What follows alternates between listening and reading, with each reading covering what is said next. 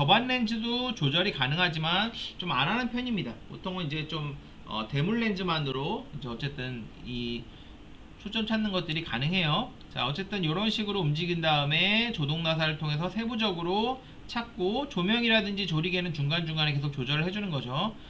그렇게 하고 그 다음에 찾았다. 그러면은 얘를 높은 배율로 돌립니다. 그죠? 높은 배율로 보고 싶으면 높은 배율로 돌리고 그 다음에 미동나사라든지 뭐 조동나사를 움직이더라도 그냥 조금만 움직이면서 상을 찾고, 왜냐하면은 딱 돌렸을 때 상이 흐릿해지는 경우도 있어요. 원래는 원칙적으로는 돌리면 상이 계속 뚜렷하게 보여야 되는데 상이 좀 흐린 경우도 있어요. 그럼 그냥 미동나사를 통해서 조절을 하면 됩니다. 자, 그 다음에 또 높은 배율, 마지막 높은 배율 할 때 어떻게 한다 그랬죠? 조동나사를 건들지 말고 미동나사만 하고 그 전에 하기 전에 반드시 이멀전 오일, 유침 오일을 발라두는 것이 굉장히 중요하다. 유침 오일을 안 바르면은 보이긴 보이는데 되게 흐릿흐릿하게 보여요. 그때 유침 오일을 이제 기본적으로 하기 전에 이제 바르고 나서 회전판을 돌리는 거라고 보시면 되거든요. 그러면 유침 그 통이 있고, 그죠? 여기 대물 렌즈가 있고 아래 판이 있고 요 사이에 유침 오일이 이렇게 물처럼 이어져 있어요. 그런 식으로 됐는데 딱 그 상태에서 보면 굉장히 뚜렷하게 보입니다. 그래서 오일을 발랐을 때랑 안 발랐을 때는 차이가 완전히 현격해요. 그래서 그런 것들을 이제 확인을 할 수가 있고, 그렇게 하고 이제 사실 이제 조리개는 좀 최종적으로 하면서 원하는 상을 이제 얻을 때, 해상도 높은 상을 얻을 때 이제 사용을 하는 편입니다. 그리고 현미경이 여러분들이 이제 딱 확인을 하고 나서 뭐 이제 기록하고 이제 그런 것도 있겠지만, 요새 이제 나오는 어떤 동물병원에서 사용하는 현미경은 어, 그 차트에 연결이 돼 있어요. 차트에 어떤 연결이 돼 있어서 그 차트에서 바로 실시간으로 현미경 보는 거를 확인할 수가 있습니다. 물론 해상도는 조금 떨어지거나 이런 경우도 있고 그런 부분도 있지만, 그 하면서 동영상 같은 것도 녹화가 가능해요. 굉장히 편하죠. 그래서 여러분들이 그 사실은 이거를 안 보고 요거를 보면서 이렇게 조절을 할 수도 있어요. 화면을 보면서 어쨌든 그런 부분들이 있고. 자, 이거는 뭐 동물보건사 요약집에 나와 있는 현미경 사용 순서인데 요것도 한번 어쨌든 이제 참고적으로 좀 보시기 바랍니다. 조동나사, 뭐 미동나사, 뭐 어떤 식으로 하는지 뭐 결국은 앞에 있는 거랑 이거는 제가 이제 다른 데서 긁어온 거고, 뭐 동물보건사 요약집에 나와 있는 거랑 기본적으로 비슷하다고 보시면 돼요. 어쨌든 기본적인 원칙만 잘 지키시면 됩니다. 아까 말씀드렸듯이 반드시 저배율에서 고배율 순서로 관찰하고, 렌즈가 깨진다든지 이제 그런 것들 주의하라 그랬죠. 그리고 렌즈 같은 경우는 저반 렌즈는 여러분 눈 사이즈에 이제 맞추는 것들이 좋다고 말씀드렸고, 1000배를 넘어갈 때는 반드시 유침 오일, 여기 나와 있지는 않지만 유침 오일을 하고 나면은 기름기가 막 묻는단 말이에요. 그러면 렌즈 페이퍼 같은 걸 통해서 거기다가 뭐 이제 뭐 에탄올이라든지 어떤 그런 것들을 묻혀서 살살살살 닦아주는 게 중요합니다. 현미경은 광학정 뭐, 자, 현미경 운반하는 동안 훼손되지 않도록 항상 목 부위를 만진다 그랬죠. 그래서 운반 손잡이를 잡고 기울지 않도록 바로 들어서 운반을 한다. 진동이나 충격 같은 것들이 있지 않도록. 그래서 현미경을 놓는 데는 반드시 평평한 자리에 두고, 여러분들 이제 병원에도 보면은 물론 현미경 좀 큰 거라서 그럴 수도 있지만 현미경 자리는 웬만하면 잘 안 옮깁니다. 딱 보는 데가 정해져 있죠. 그래서 여기저기 옮기면서 보는 게 좋지는 않아요. 먼지라든지 이물질 같은 거 오염되는 거 방지해야 되고, 그래서 이제 뭐 주기적으로 청소 같은 거 해주고 이런 것들도 이제 필요하고요. 광학 기기이기 때문에. 자, 렌즈 세정할 때는 알코올과 렌즈 페이퍼로 닦아내는 게 좋다 그랬죠. 그래서 지난번에 말씀드릴 때 휴지 같은 걸로 닦으면은 보풀 같은 것들이 일어나는데, 굉장히 작은 보풀이 현미경에서 보면 이만해져요. 그러다 보니까 그런 것들이 없는 렌즈 페이퍼를 사용하는 것들이 필요하다고 말씀을 드렸고, 대물 렌즈 같은 경우는 조금 안쪽으로 들어가 있다 그랬죠. 그래서 페이퍼로 해도 잘 안 닦입니다. 손가락을 막 새끼손가락 넣고 해도. 그래서 면봉 같은 거에다 살짝 알코올을 묻혀갖고 좀 이제 닦아내기도 해요. 그래서 유침 오일을 사용했다면 에탄올이나 자일렌 등을 사용해서 꼭 닦아야 한다. 95% 에탄올이라 되어 있는데 에탄올 병원에 있는 거 거의 70%죠. 그래서 그냥 70%로 닦아도 크게 문제는 없습니다.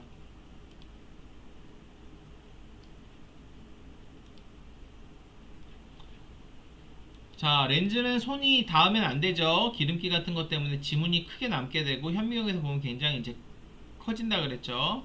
그리고 유리보다 렌즈가 약하기 때문에 약한 힘으로 살살 부드럽게 닦아주는 게 필요하다고 말씀을 드렸고, 그래서 이거는 뭐 옛날 통이지만 원래는 현미경을 보관하는 통 자체가 따로 있다고 말씀드렸죠. 현미경 보관하는 통에 넣든지 아니면 어떤 전용 캐비넷 같은 데 넣어서 아까 말씀드렸듯이 광학기이기 때문에 먼지 같은 것들이 앉지 않는 것들이 중요해요. 그래서 지금 그 실습실에서 보관하는 현미경 자체도 커버를 씌워서 보관을 하죠. 병원에서도 마찬가지예요. 뭐 현미경을 매일 몇 번씩 본다 그러면 어쩔 수 없지만 그렇지 않으면 보통은 커버를 씌워서 보관을 하는 편입니다.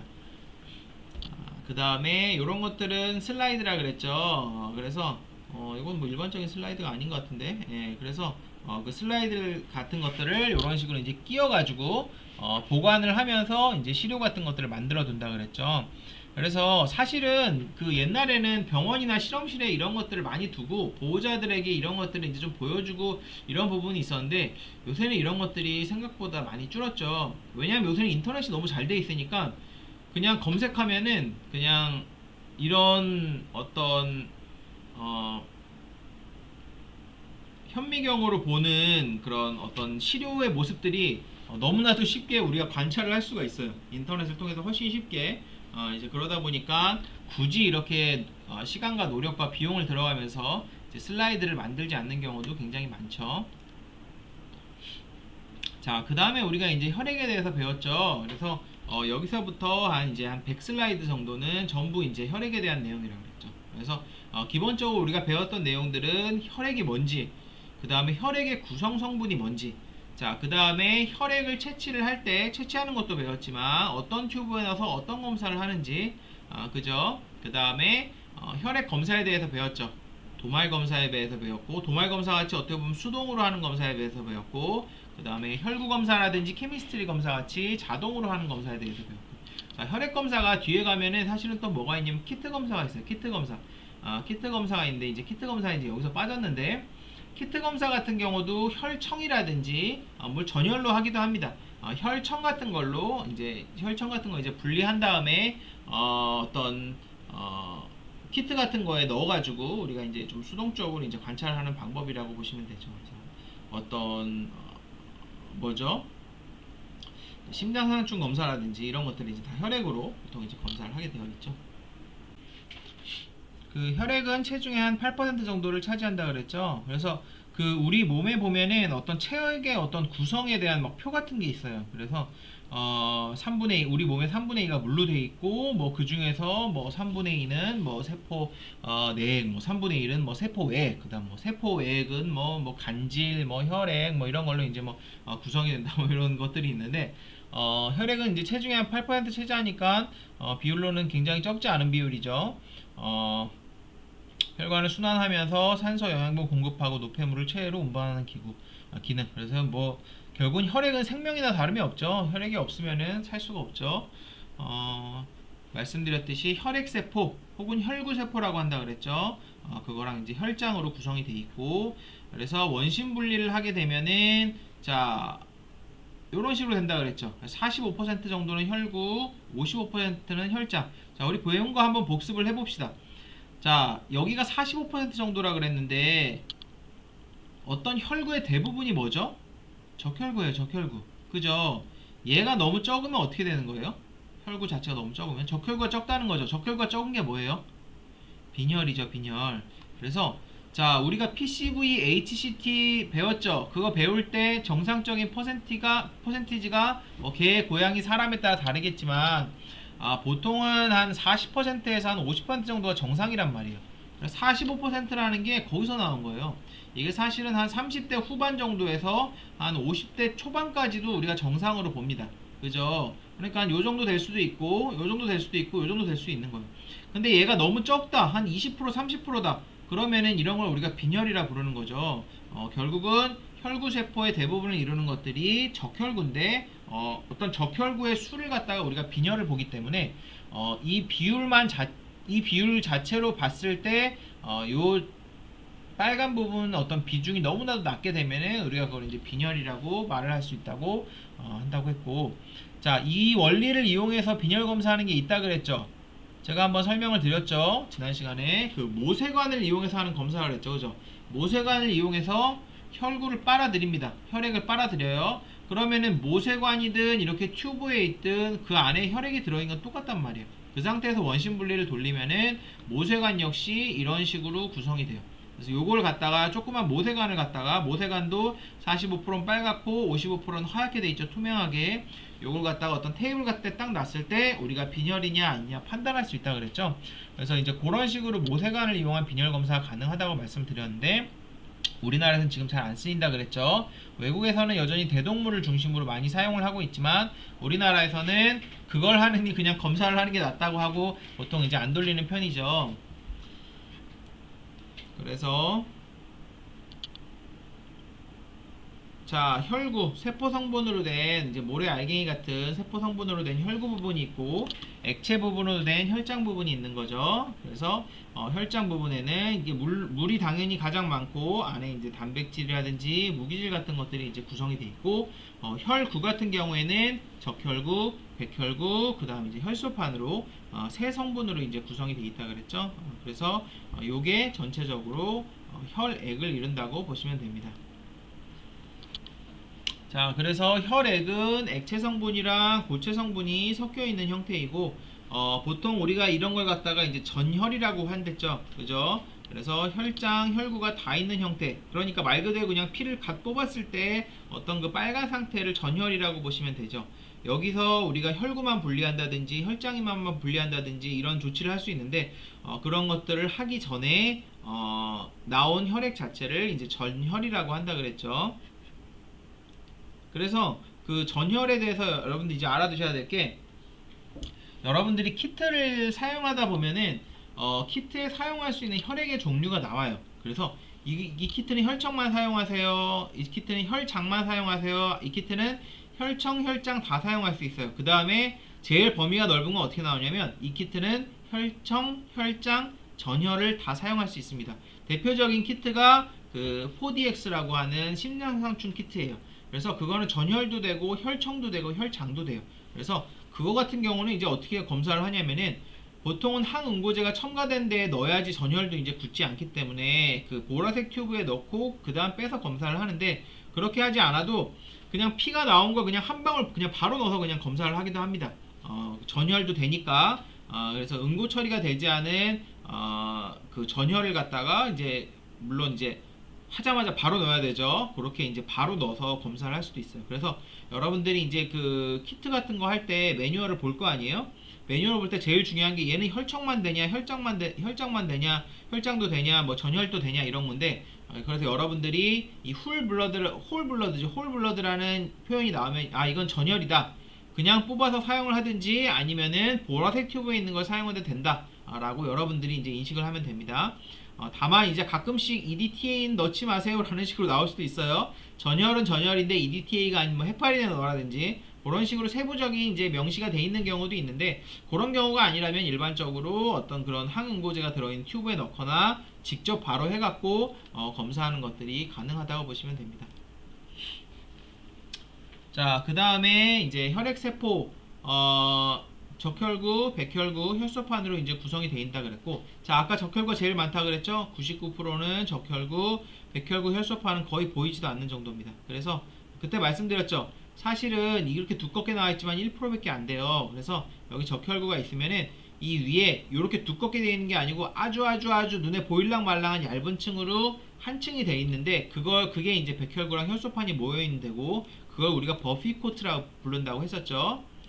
그래서 혈액이 적색인 이유는 혈액 대부분을 차지하는 게 결국은 아래쪽에 결국은 이제 한 50% 정도가 이제 적혈구인데 40~50%가 이제 그 안에 있는 헤모글로빈 성분 때문에 결국은 혈액이 적색으로 보인다고 말씀을 드렸죠. 자, 적혈구는 핵이 없고 양면이 오목한 형태이고 철 성분을 가진 헤모글로빈을 함유하고 산소랑 이산화탄소 운반하는 역할을 하죠. 그래서 이제 결국은 적혈구가 모자라면은 조직으로 산소 공급이 제대로 되지 않죠. 그래서 우리가 빈혈이 있으면 어지러움을 느끼는 거죠. 자, 수명이 제일 길다 그랬죠. 그죠? 그래서 이제 혈소판 같은 게 한 열흘 정도 산다고 치면은 백혈구는 뭐 하루 이틀이면 또 금방 죽고 적혈구 같은 경우는 한 110일 정도 일반적으로 여기 110일, 120일 정도 고양이는 좀 짧고 간이라든지 비장 같은 데서 이제 파괴가 됩니다. 비장이 하는 역할 중에 하나가 이런 적혈구 같은 것들을 또 이제 파괴하는 그런 역할을 하게 되고 자, 그래서 우리가 현미경으로 보면은 적혈구가 이렇게 생겼다 그랬죠. 이게 기본적인 적혈구의 모양이에요. 원형이고 서로 모양 크기가 거의 비슷합니다. 모양이 다르거나 크기가 다른 경우가 있다 그랬죠. 그거 뒤에 나중에 할 때 배웠죠. 기억나세요? 뭐 그래서 어떤 뭐 하이퍼크로믹 이런 거 말씀드렸죠. 그 다음에 뭐 마크로사이틱 뭐 이런 거 말씀드렸는데 크기가 모양과 크기가 거의 같고 오목한 상태로 핵이 없기 때문에 안쪽이 좀 하얗게 보인다 그랬죠. 그래서 이제 적혈구가 대부분 이렇게 생겼고 개, 고양이, 뭐 소 할 거 없이 사람 다 똑같이 생겼고 말 다 똑같아요. 대신에 특이한 애들은 새 적혈구는 핵이 있고 타원형, 라마라든지 알파카라든지 낙타의 적혈구는 핵이 없고 타원형이라 그랬죠. 그리고 이런 식으로 안쪽에 좀 우리가 허옇게 보이는 부분이 없죠. 그런 차이점이 있다고 말씀을 드렸습니다. 그 다음에 이제 백혈구 같은 경우에는 일단은 외부의 어떤 세균이라든지 아니면은 외부의 어떤 침입자로부터 방어하는 역할을 하는 것이 이제 백혈구라고 말씀을 드렸습니다. 그래서 백혈구는 이제 어떤 구조적으로 가장 다른 부분은 적혈구 같은 경우는 핵이 없죠. 하지만 백혈구는 일단 핵을 가지고 있고 기본적으로 하는 역할은 체내에 침입한 병원체나 이물체로부터 신체를 보호하는 역할을 하게 됩니다. 그래서 피를 계속 돌아다니면서 어떤 침입자라든지 세균이라든지 이런 것들이 있으면은 그걸 이제 방어하는 역할을 하는데 만약에 이제 피는 기본적으로 세균 같은 게 있으면 안 되죠. 근데 어떤 뭐 세균이라든지 이런 것들이 굉장히 많이 감염이 되었다. 이거는 백혈구가 사실상 방어 능력을 상실한 상태로 이제 그런 것들 우리가 폐혈증이라고 부르는데 그렇게 되면은 더 이상 이제 살 수가 없어요. 피까지 어떤 그런 세균 같은 것들이 막 이제 번져 있는 상황이면 그래서 어떤 세균이라는 것은 어디든 이제 감염이 될 수 있지만 기본적으로 백혈구가 어떤 피 그리고 경우에 따라서 이제 조직 같은 데를 돌아다니면서 결국 이제 방어하는 역할을 하는데 이런 것들이 제대로 되지 않으면은 이제 신체가 어떤 싸울 수가 없는 거죠. 그래서 기본적으로는 과립이 있는 백혈구랑 과립이 없는 백혈구로 구분이 된다 그랬죠. 백혈구 같은 경우는 이제 어떤 뭐 단핵구나 뭐 호중구 뭐 이런 애들처럼 탐식을 해갖고 잡아먹어서 이제 그 세균 같은 거를 체내에서 이제 소화시킨 애들도 있고 어떤 애들은 뭐 이제 림프 같은 경우는 어떤 항체를 만든다든지 아니면은 면역 활동을 이제 매개를 한다든지 그런 식으로 해서 이제 방어를 하는 거죠. 그래서 방어 기전은 조금씩 이제 다르다고 보시면 됩니다. 혈소판은 혈액의 응고에 이제 관여한다고 그랬고 수술을 한다든지 어떤 건강검진을 할 때도 혈소판은 굉장히 중요한 부분이라고 했는데 왜냐하면 이제 출혈이 발생했을 때 그런 것들이 이제 제대로 컨트롤이 되지 않으면 특히 이제 수술 중에는 큰 문제가 될 수 있죠. 그래서 이제 지난 시간에 얘기했죠. CBC 검사할 때 굉장히 중요한 항목인데 기계가 좀 제대로 그 수치를 잡아내지 못하는 경우가 있고 그런 경우에는 반드시 도말 검사를 해야 된다고 말씀을 드렸습니다.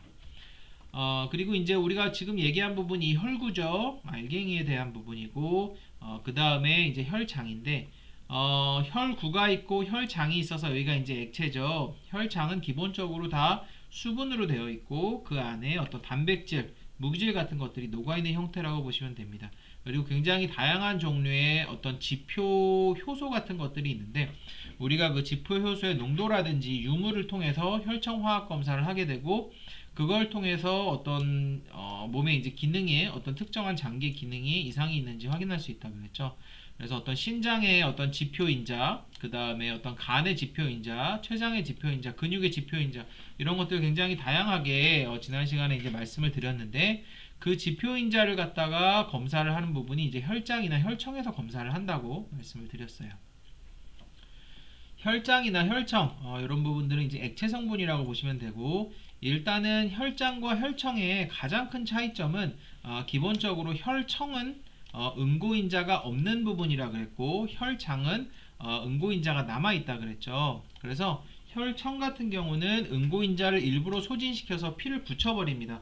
굳혀버리고 나서 남아있는 그 맑은 액을 가지고 그 부분이 이제 혈청이라고 보시면 되고, 혈장은 응고인자를 굳히지 않은 상태로 이제 피브린 같은 것들이 들어있는 튜브에 넣어서 액체만 이제 원심 분리해서 뽑아낸 형태라고 보시면 됩니다. 그래서 혈청이 혈장보다 사실은 모든 검사에서 대부분의 검사에서 선호된다고 말씀을 드렸죠. 그래서 특히나 이제 외부로 어떤 보내거나 할 때는 뭐 꼭 혈청으로 뽑아주세요 이런 경우도 굉장히 많아요. 그래서 여러분들 이제 병원에서 뭐 가령 알레르기 테스트 같은 거, 엘러지 테스트 같은 거 외부로 보내게 되는데 그렇게 되면은 혈청을 뽑아달라고 합니다. 혈청도 이제 적은 양이 아니고 뭐 3mm씩 뽑아달라고 하는데, 그럼 이제 피도 좀 많이 뽑아야 되는 거죠. 이제 피가 뭐 이만큼 있으면 실제로 이거 다 굳히고 나서 그 액만 수집하면 혈청이 생각보다 많이 모이진 않거든요.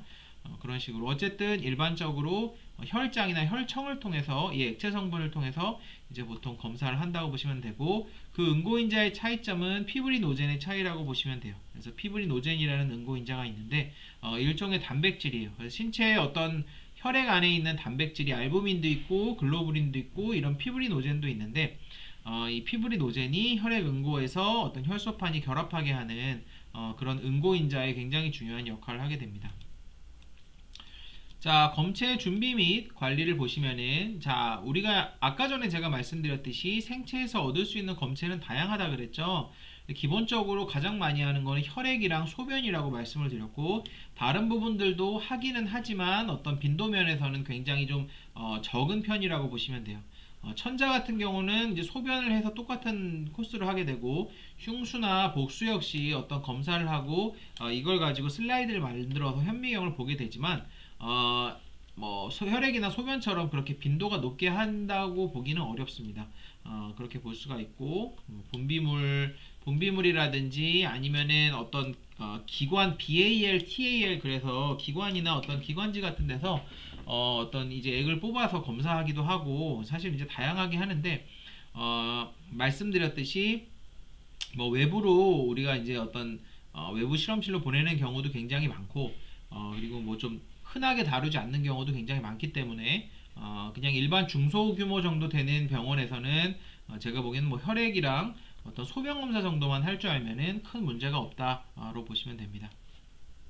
그리고 그 사실은 이제 도말 검사 같은 경우도 뭐 도말 샘플 정도 같은 정도는 만들어야 되고, 사실은 이제 외국은 그 이제 도말 검사라든지 이런 것들 보면은 사실은 동물보건사도 많이 관여가 되는 편인데, 우리나라는 아직까지는 어쨌든 피를 뽑으면은 그냥 기계로 그냥 검사하는 정도의 수준만 아직은 요구하는 것 같아요. 그래서 여러분들이 임상병리는 범위가 굉장히 넓은 학문이라고 말씀드렸지만, 지금 수준에서는 좀 도말 시료를 샘플을 만드는 거 안에 이제 해석을 못한다고 하더라도 그 다음에 기본적으로 혈액을 통해서 CBC랑 그 혈청 화학 검사를 그다음 하는 정도, 소변 검사 하는 정도, 딱 그 정도만 이제 외우. 그 다음에 이제 귀지도 굉장히 많이 하죠. 귀지라든지 이제 피부에 있는 것들 우리가 스왑이라고 해갖고 이렇게 이제 파내는데, 이제 그런 정도를 만들 수 있는 수준만 되면은 괜찮은 것 같아요. 그래서 검사하는 거, 그 다음에 이제 슬라이드를 만들기 위해서는 어떤 그 염색을 해야 되죠. 딥퀵 염색하는 정도, 그 정도 하면은 우리나라의 어떤 동물보건사가 하는 수준은 다 할 수 있다 정도로 이제 말할 수가 있고, 그래서 일단은 혈액 부분에 있어서는 일반 혈액, 그 다음에 이제 혈액화학 검사. 자, 차이점은 몇 번이나 말씀을 드렸죠. 일반 혈액은 우리가 혈구 검사라고도 하고 CBC라고도 하고 일반 혈액 검사라고도 하고 다양하게 부르지만, 혈구에 대한 검사. 혈액화학은 그 액체에 대한 검사, 혈장이나 혈청에 대한 검사. 그 다음 이제 뭐 면역 혈청학 검사, 어떤 키트 검사라든지 항체 검사. 우리 하는 그 코로나 키트 검사 같은 걸로 보시면 되죠. 그리고 미생물학 검사가 있어요. 그래서 항생제 내성 검사까지 그 실험 그 병원 안에서 좀 하기도 하는데, 보통은 이제 외부로 보냅니다. 그렇게 하는데, 그래도 어쨌든 세균을 간단하게 이제 키우는 정도까지는 보통은 이제 배워야 돼요. 그래서 뭐 항생제 내성 검사 정도, 그 다음에 뭐 조직 세포학적 검사, 그다음 종양 검사, 소변 검사, 그다음 이제 뭐 대변 검사, 이 정도까지 이제 한다고 보시면 됩니다. 그래서 그 항생제 내성 검사는 공중보건학 할 때 배웠죠. 기억나세요? 그 조그만 디스크 올려놓고 환 사이즈 재는 걸로 했었죠. 그리고 소변 검사는 했고 그래서 이 항생제 내성이랑 소변 검사 같은 경우는 사실 이제 지난 학기에 어느 정도 좀 실습을 했다고 보시면 돼요. 그래서 자, 그 다음에 이제 혈액의 채취. 그래서 일단은 혈액을 채취하는 건 수의사죠. 여기 있는 사람이 수의사고 여기 있는 사람이 테크니션이라고 보시면 돼요. 옷을 좀 약간 그렇게 입었죠. 다만 미국 같은 경우는 테크니션이 혈액 채취하는 경우가 굉장히 많습니다. 수의사는 그냥 오더만 하는 거예요. 그리고 수의사가 그냥 테크니션한테 그냥 어떻게 얘기하냐면은 얘 혈액 검사 해주세요. 수의사는 결과만 받아보는 거예요. 테크니션이 하는 일이 데리고 가서 본인이 피를 뽑고 본인이 검사하고 본인이 결과지를 내갖고 수의사한테 갖다 주는 거예요. 그만큼 외국 같은 경우는 테크니션이 하고 있는 어떤 권한이 굉장히 많죠. 침수적인 의료행위가 되니까. 장기적으로는 우리나라도 결국은 침수적인 의료행위가 될 거라고 생각을 해요. 수의사가 지금 많이 부족한 상태이기 때문에 그렇긴 하지만 아직은 이제 뭐 좀 걸림돌이 많다고 보시면 되고 그렇게 되면은 학교에서 배우는 수준도 달라져야 되죠. 여러분 같은 경우도 피를 뽑는 것 같은 거 실습을 다 해야 되거든요. 어, 실제로 병원에서 좀 피를 옛날에 좀 뽑게 하는 병원이 있었어요. 지금은 너무 그게 이제 좀 문제가 될 수 있고 불법이라서 그런데 그 전에 이제 좀 이런 몰래 몰래 그냥 테크니션들이 막 피도 뽑고 그랬던 적도 사실은 있었습니다. 뭐 제가 뭐 그런 병원 어떤 병원이 그렇게 하는지는 제가 잘 모르지만 저도 이제 들은 얘기고 자 이제 체열을 할 때 그럼 이제 지금의 상황에서는 우리나라는 피를 뽑지 못하니까 제일 중요한 건 뭐겠어요? 잘 보정을 해주고 있는 거죠. 그래서 지금 여기 있는 분이 고개를 들고 움직이지 못한 상태로 몸으로 지금 살짝 누르면서 여기서 경동맥, 그 저귤라 베인이라는 데에서 지금 체열을 하는 장면입니다. 자, 요거는 팔에서 하는 거라 그랬죠. 자, 체열은 어디서 한다 그랬죠? 일반적으로 세 군데에서 한다 그랬어요. 목에서 하든지, 팔에서 하든지, 팔이 아니고 앞다리죠. 아니면 뒷다리에서 하든지. 뒷다리에서 하는 경우에는 이제 어떤 복제정맥이라 그래서 보통 이제 거기서 하게 되고 뒷다리에서 하는 경우는 흔치는 않아요. 어린 고양이 같은 경우는 이제 어떤 그 뒷다리에서 하는데 복제가 아니고 아마 그 페모랄 베인인가 아마 거기서 할 거예요. 그래서 이제 좀 이렇게 슬슬슬슬 누르면서 혈관을 노장시키고 이런 식으로 피를 뽑는데 그렇지 않으면은 대부분 목 아니면은 이 요골 쪽에서 한다고 보시면 되고 피가 보통 많이 필요하면은 목, 그 다음에 적게 필요하면은 앞다리 쪽에서 앞다리가 우리가 보통 세팔릭 베인이라고 부르고 뭐 요골측 피부 정맥 뭐 다양한 이름으로 부르게 됩니다. 그래서 뭐 요골쭉 피부정맥에서 체열을 해요. 가장 간단하니까. 그래서 보통 혈액 검사할 때는 한 1cc 정도만 되면은 CBC랑 그 다음에 그 혈청화학 검사를 할 수가 있어요. 그래서 1cc 정도면은 이거는 제가 보기엔 뭐 한 3cc 정도 뽑는 것 같고 되게 제일 작은 주사기로 하나 정도 채우는 수준이거든요.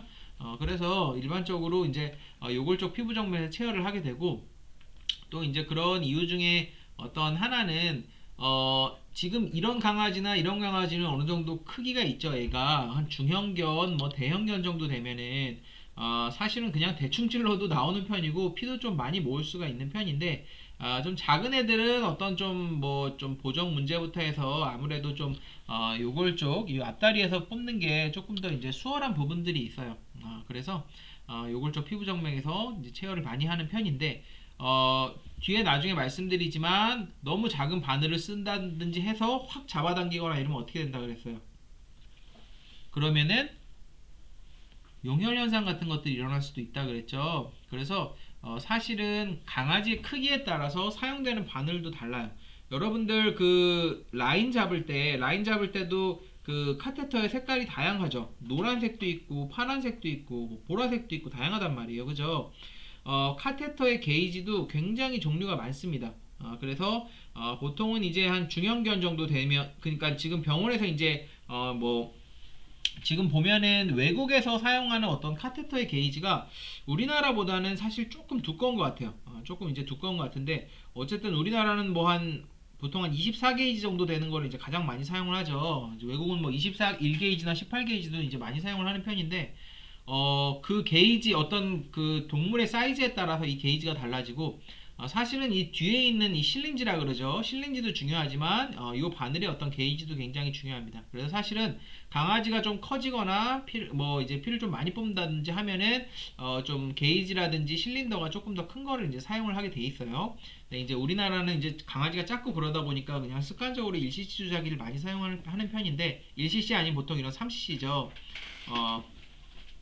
어쨌든 그런 차이가 있다고 말씀드렸고 그래서 이 세팔릭 베인을 보면은 자 이런 식으로 돼 있다 그랬죠. 그래서 요게 이제 액세서리 세팔릭 베인이랑 일반 세팔릭 베인으로 갈라지는데 사실은 이렇게 갈라지기 전에 한 요 정도에서 혈액을 채취한다. 그렇게 말씀을 드렸고 그 혈액을 채취할 때 여기서 만약에 우리가 혈관이 터진다 그래요. 혈관이 터진다든지 손상이 가게 되면은 더 무조건 위로 올라가야 됩니다. 아래쪽에서는 혈관이 이제 터져가지고 뭐 더 혈액 채취가 안 돼요. 그래서 갈라지기 전에 어떻게 보면 한 요 정도쯤에서 해갖고 실패하면은 보통 오른쪽 실패하면 왼쪽으로 하죠. 그러니까 뭐 경력이 되게 많은 수의사들도 항상 이런 체열에 성공을 하는 건 절대 아니에요. 뭐 경력이랑 어떻게 보면 무관합니다. 왜냐하면은 이런 것들은 어떤 보정이라든지 아니면 강아지의 협조 여부랑도 굉장히 많이 관련이 되고 어떤 애들은 혈관 찾기 굉장히 어려운 애들도 있어요. 그래서 보통은 실패할 걸 대비해서 아래에서 위쪽으로 가면서 찌르는 편이고 그 다음에 이제 오른손이 실패했으면 왼손 왼쪽이 실패했으면은 목 이런 식으로 이제 좀 그런 식으로 한다고 보시면 돼요. 보통 한번 터지면은 개를 잡아서 하기가 생각보다 조금 쉽지는 않아요. 자, 그 다음에 이제 체열을 할 때 당뇨 같은 것들이 있을 때는 귀에서 체열을 하는 경우도 있다 그랬죠. 이게 아까 보여드린 그 당뇨용 그 키트라고 말씀드렸죠. 그래서 이거 한번 찌르고 나서 시간이 지나면 귀도 이제 혈관이 이렇게 정맥이 있거든요. 시간이 지나고 나면은 딱지가 살짝 앉아요. 한 시간에 한 번씩 그 혈액을 채취를 해야 되는데 딱지가 앉으면 딱지를 떼고 살짝 누르면 피가 다시 나온다 그랬죠. 이런 식으로 해서 요 과정을 만드는 게 혈당곡선이라고 하는 거예요. 혈당곡선. 그래서 이 혈당곡선이라는 거는 뭐냐면은 여러분들도 이제 병원에서 근무를 하다 보면 강아지가 혈당곡선을 그리기 위해서 온 애들이 있어요. 그런 애들은 당뇨병이 이제 있는데 당뇨병이 있을 때는 우리가 인슐린을 통해서 그 당을 조절을 해줍니다. 신체에서 췌장에서 나오는 어떤 인슐린을 통해서 그 당을 갖다가 조절하기가 굉장히 힘들어요. 그래서 당뇨병에 걸리면 물론 이제 당뇨병이라는 게 인슐린 자체의 문제일 수도 있고 인슐린에 대한 저항성이 문제일 수도 있는데 어쨌든 우리가 어떤 그런 인슐린을 통해서 이제 당을 조절해 주는 데 있어서 인슐린의 농도가 오히려 조금 이제 낮은 거는 상관이 없어요. 그래서 당이 이제 우리가 당이 이제 관리가 돼야 되는 농도가 있죠. 그래서 뭐 그거보다 조금 높은 거는 크게 상관이 없어요. 너무 높지만 않으면은. 근데 오히려 당이 떨어지는 거는 문제예요. 저혈당이 오면은 사실 더 위험할 수 있거든요. 그래서 괜히 인슐린을 갖다가 좀 높은 농도에서 썼다가 저혈당이 오면은 더 큰 문제가 될 수 있기 때문에